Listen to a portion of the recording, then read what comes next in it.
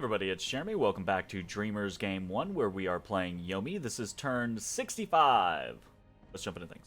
Okay, so right off the bat, you can see we have received some gems from Lanka. This is in response to the 10 nature gems that I sent them the turn or two prior to that. I don't remember exactly when it happened, but that's what this is for. So trade, +5 air and +5 death, I guess. It seems like a decent idea to record those types of things, right? I don't know. Then we've got some site searches going on, but secret, none of them find anything, unfortunately.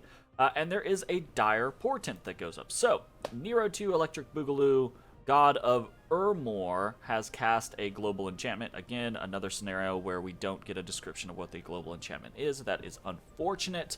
But I can tell you what it is, and we'll tell you that before we jump over to anything else. That way we don't spoil any battles or anything like that. But it's Arcane Nexus.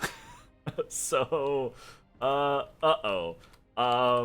that's a deal.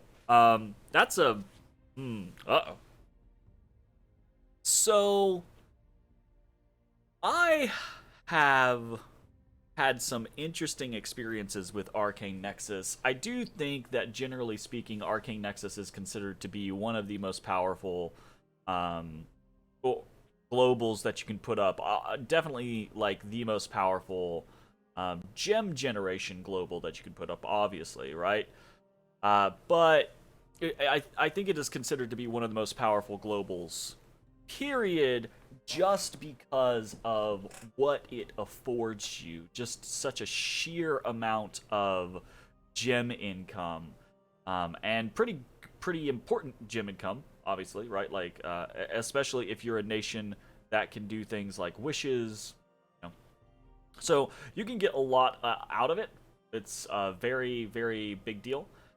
That being said, it's cast in this particular game by a nation that only really has the resources of its own starting area, right? Urmor has not really grown outside of the typical starting singular nation zone, right? Is at war with another nation in a kind of like a deadlocked war, right? Unable to really do anything about Relay, but Relay is unable to take them out, right? And so this is kind of like the atmosphere or the air, the mood within the game kind of is that, you know, Lanka and Ubar are the medium two taking on the big Helheim, and slowly but surely that is kind of like being I guess being accomplished, right? Like, it's kind of deadlocked to, maybe not deadlocked, but it's gotten to the point where Lanka and Ubar and the world is at whole don't feel like Helheim's gonna just snatch a win, right? But Helheim is handling themselves well against Lanka and Ubar. So it's this kind of scenario of like the status quo is maintained. And most of, like, it does not seem as if, from my discussions, as if Ubar, Lanka, or Helheim care overly much about Urmor and Arcane Nexus. Which is good play on Urmor's side of things, right? Like, if you can be in a position where when you put up Arcane Nexus, people are like, I guess maybe that's a flipped note there, right? Like, if you're in such a position when you put up Arcane Nexus, people are like, that's concerning. But also, it's a good thing because it means that you can utilize the power of Arcane Nexus, right? So, very interested to see what happens there, especially since, considering, you know, I'm of the opinion that if we finish off Helheim, Urmor is probably our next best target, right? But with the power of Arcane Nexus, that is potentially a difficult target to best, right? So, Rutro Raggy, let's see how that goes. Anyways, moving on, we have a couple battles to witness. We have attacked Hinnom and Cormac. Start off with Hinnom. Our ragtag, barely survived band versus just one dude. One dude. All right, so he did not sally out. He did not patrol with his forces in Hinnom. He has elected to. I think honestly, if I'm remembering correctly, again, because this is done slightly after the fact. If I remember correctly, I had some basic like conversations, not like in-depth conversations, but some basic conversations. I think the Tau might basically be tossed in at this point, but maybe not, right? Like, maybe Hinnom will pull some tricks out, you know, spend all their gems trying to summon things and rebuff me, and we'll see how it goes, right? But no tricks on Hinnom this turn. And also no tricks in Cormac this turn. So we take both Hinnom and Cormac without any issue. Then we get to watch Helheim raiding around in Lanka. We talked about this, right? Like, Helheim is in this big initiative to raid Lankan land and is doing so very successfully, but they kind of have, like, Lanka has just been like, okay, fine, and retreated into their fortifications and is counter-raiding appropriately. So it's this kind of scenario of Helheim is raiding Lanka down, but doesn't really have the ability to crack Lanka's fortifications, and seemingly can't really afford to bring in other armies because, you know, they're also dealing with Ubar. I believe they're also still dealing with Ubar at this point, right? I don't think peace has been made between any of them, but yeah. So Helheim wins in Banded Hills. Let's see what he runs into in Oak Halls. Another Vanyarl Moonblade, interesting. So versus magic beings, I guess that's to try. Moonblade is an enchanted salt. This is to try to cut down, you know, Ubar's fucking sultans and ifrits and shit like that. So makes perfect sense. Okay, got Mistform Flight comes into the back. Whap whap. Easy to peasy. What's it take to make a Moonblade? That's Astral. Okay, I should keep that in mind, right? Like, we have a fair amount of Astral, you know, equipping some Diones with some Moonblades. Doable thing. We get to witness Ermor attacking Relay in Pannonia. I don't know. This is a nice little force from Ermor. Bunch of levies, right, as just kind of like this wall. The Equite of the Sacred Shroud, so a bunch of the Ermorian Sacreds. Do we have... Yeah, these are just leaders. We have no, like, H3, no Prophet or anything like that. But we do have Imug, the Golem, and we get to see right off the bat, oh no, this guy has the Horror Harmonica. That is that's like a fan favorite in the community, like... all we need now is we need to see a ring. Oh, yep, never mind. We don't need the ring. We have the Armor of Virtue. So Armor of Virtue is the other returning option. So you'll either see Horror Harmonica paired with Ring of Returning or Armor of Virtue. And as soon as the Golem takes damage, right, he will just boop out of the battle. But he starts every battle with a Wailing Winds, and it's really good at just routing fucking people. It's so effective. It's probably one of the, like, the things in the game. Like, one of the everyone knows it, everyone, you know, or many people utilize it, kind of like little builds. It's very interesting and it's very effective. Horror Harmonica, or Wailing Winds period, is incredibly effective. So pretty neat to see it in effect. Also kind of like giving me a taste of what I might be up against if I decide to pull the trigger on Ermor, which is Rutro Reggie. And then we are attacked in Relothia. So Hinnom's not completely rolling over. They are counter-raiding with Melkart still. This guy has a flambeau, so that is dangerous to us. Could definitely take out a Dione. And he's absolutely going to just Shrek this PD. He is moving really slow. What's he got? Is he crippled? He has a limp. Okay, cool. Walks with a limp, but he still stabs really hard. And pop. Pop. Alright, dead and dead. Alright, so, very basic battles. Just some interesting stuff to, like, kind of watch for, mostly for the rest of the world. So, this turn we had a ratio of 2 wins and 1 loss versus Hinnom. Events. We've got a couple. Unexpected event in Cormark, which isn't even ours yet, but the forest has grown wild and it has lost income and resources. That's annoying. Rebirth event in Missia. Okay. In Black Harbor, we have found a handful of gems in a hot valley, so +2 fire gems. And in Wasay, the summer is unusually hot. In the ashes of burning bush, a small amount of gems were found. Small amount, my ass. That's 16 fire gems. That's a shit ton of gems. Holy fuck. So, for events this turn, we have +18 fire gems. Nice. Very nice. We will absolutely make use of those. And then we got to witness some independents attacking Helheim.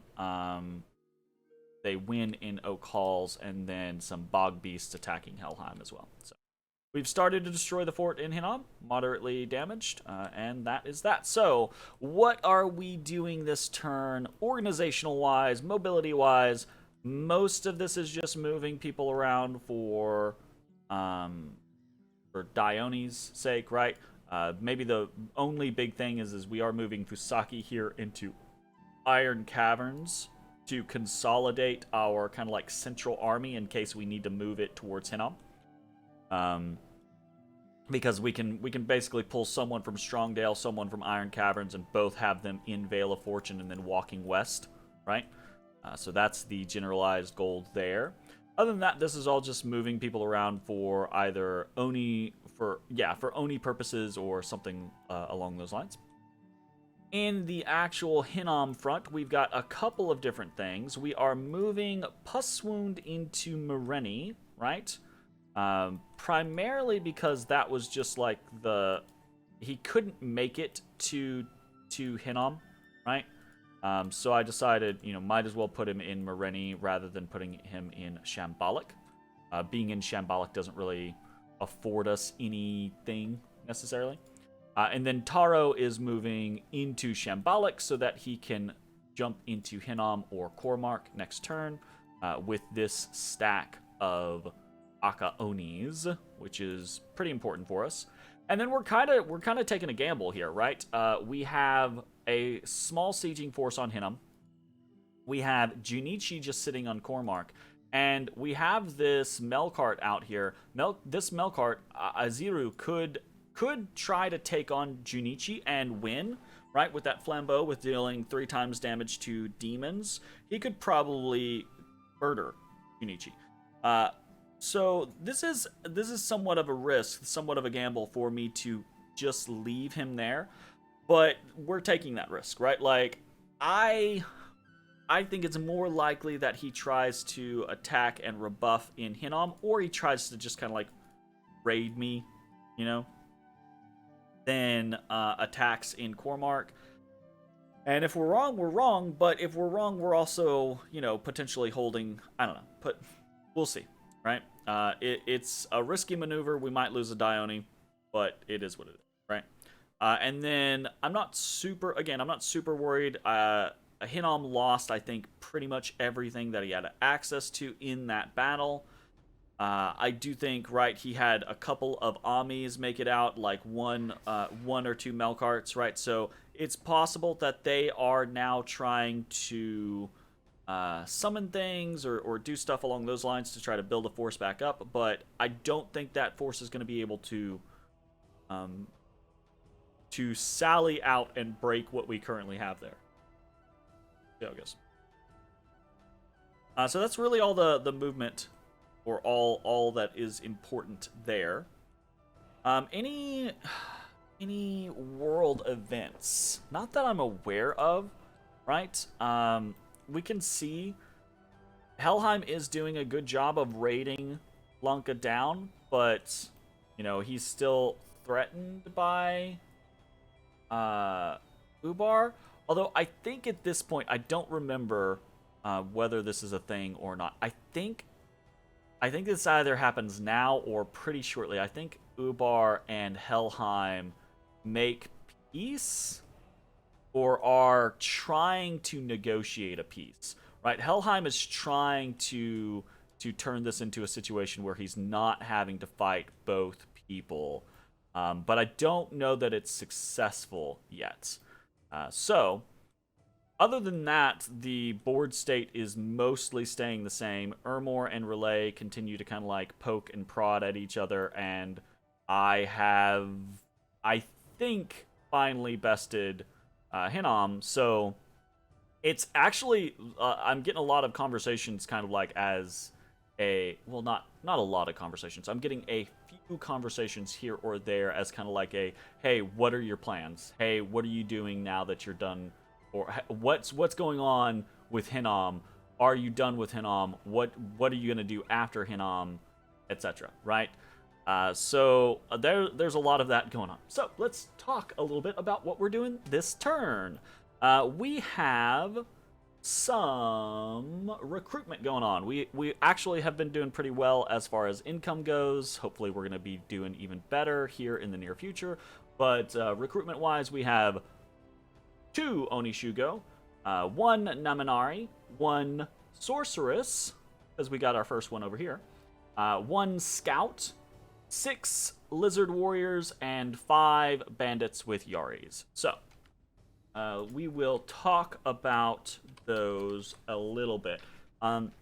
Let's actually start towards the end there with the Lizard Warriors and the Bandits with Yaris. We are doing both of those up here in Ancient Woods and Ulm, and I've kind of like, I talked about this last time. I kind of am wishy-washy on whether or not I feel like I should be spending my money on this. Probably I do think, in hindsight, it would be better to just save my money for the actual commanders and infrastructure that I need.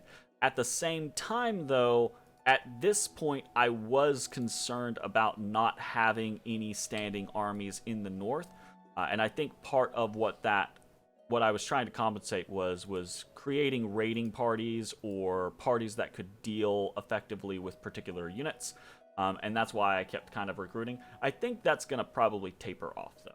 Other than that, most of the things that we're doing are relatively normal, except we are going to continue recruiting sorceresses. Takes us 4 turns to get one of these sorceresses, but I pretty much think that these sorceresses are one of the best units that we have access to right now, insofar as what we are missing and what we need, right?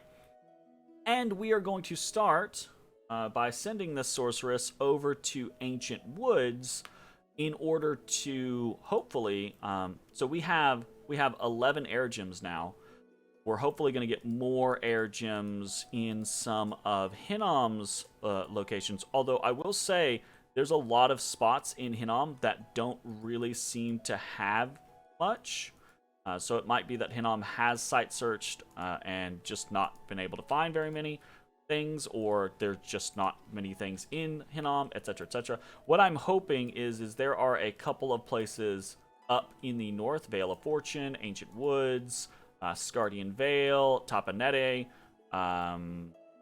Ghent, etc., that are too far away, because Auspex only has a range of 2, which is very annoying, right? Auspex only has a range of 2, so there are places that have been out of range for our god, and our god has been doing most of the Auspex site searching. We had the Fairy Queen do it for a second, but we're going to basically move some sorceresses around and try to do some Auspex site searching in the hopes that we can boost this 11 up to like a 15 or maybe higher. If we can get up to like 15 or 15 to 20, right, then we can actually gain a lot of benefits. We can we have these corpse construction factories going. We can switch gears and stop utilizing them, or we can continue utilizing them and then have the ability to develop smaller banks. We can go for things like Great Eagles. We can go things for like our actual Tengu, right? Like we could go for stuff like trying to store up for a Dai Tengu, right? Or we could just where is it? I think it's earlier than the Dai Tengu. It is. Yeah, it's the Konoha Tengu. So we could start trying to create factories for these, right? To produce decent amounts of Konoha Tengus and use them with our regeneration, awe, shock resistance, bless. I'm not sure that that is the greatest idea, though, because honestly, like, Konoha Tengu are good, but I don't know that that bless mixes well with them from like a killing aspect necessarily. So I'm not sure that that's a great use. But anyways, we have options if we can get to a decent amount of air income.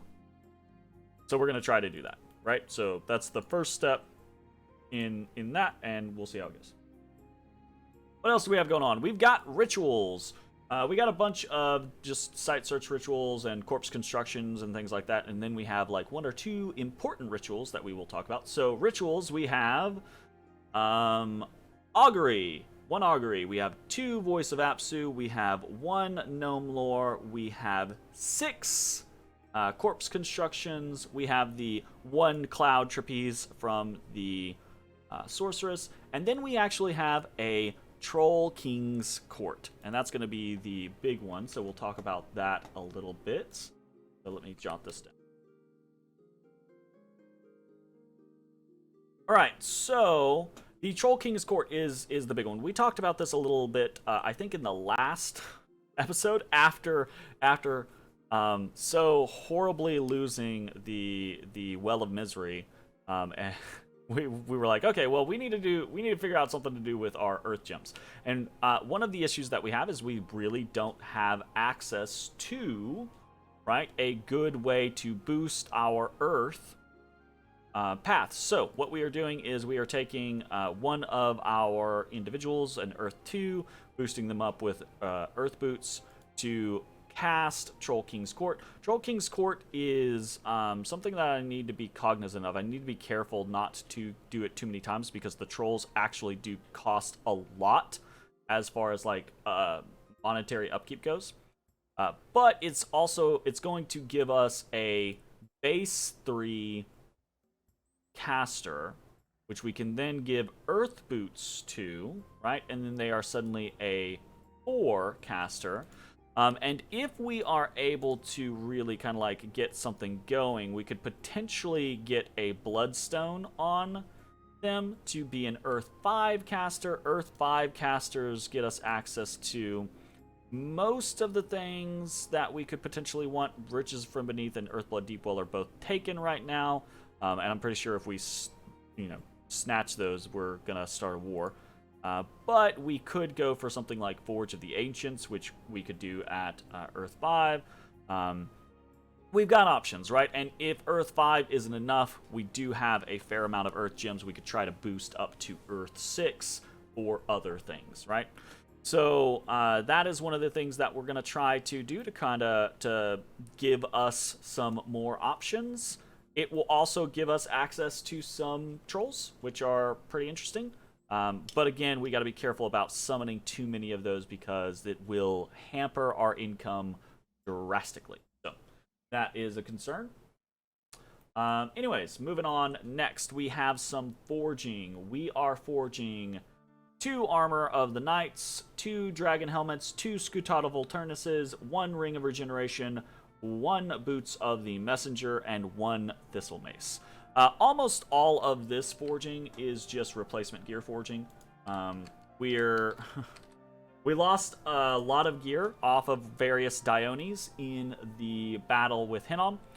We actually didn't lose that many Diones, but we did lose a handful of them.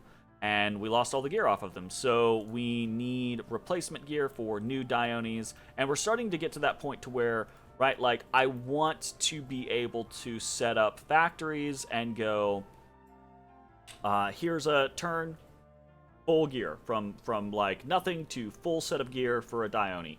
Next turn, from nothing to full set of gear for an Onishugo. Next turn, from nothing to full set of gear for a Dione. We are a little ways away from being able to accomplish that, but that is something that I would like to start doing in the near-ish future. So we kind of have our eyes on that type of situation. We'll see how it develops. And that is all of our base stuff. I did want to take a look at this. So Arcane Nexus replaced Mother Oak. So not exactly like the biggest issue or anything like that. In point of fact, I think honestly I would have been more excited for Arcane Nexus to replace any of the rest of those things, right? Riches from Beneath, or Earthblood Deepwell, or even Well of Misery would have been really nice to see replaced. But unfortunately, Arcane Nexus just took over Mother Oak, which was kind of like, okay, whatever, fine. Don't give a shit. Thrones of Ascension remain the same. Nothing has really changed there. 3 for Ubar, 3 for Lanka, 4 for Helheim, 1 for Ermor, 1 for Relay. I am the odd man out, but I deserve that because of my hubris. So it is what it is. We'll see how that develops in the near future. And research-wise, right, we're just going for Enchantment 8. Gonna take us 3 more turns. And I'm not sure where we're gonna go from there. I do have some ideas. I'm toying with the idea of maybe going up Blood for vampires. Now that the idea of spamming liches has been kind of stolen from us. Doing like lich vampire, lich vampire, lich vampire could be fine, right? We're basically just trying to play again. Alternatively, going up some alteration for Army of Lead, Army of Gold would be a pretty good thing for us, especially if we do go the route of getting those Troll Kings, right? They could absolutely make it to where we have a very nice setup with some of our very heavy-hitting respawn. So that's an option. Anyways, that's going to be it for the turn. Thanks for watching. We'll see you next time. Bye-bye, everybody. Hey, everybody. Thanks for watching. If you enjoyed the video, consider leaving a like, commenting, or subscribing. It really helps me out. If you'd like to see me live, head over to my Twitch at twitch.tv/thedistanthorizon.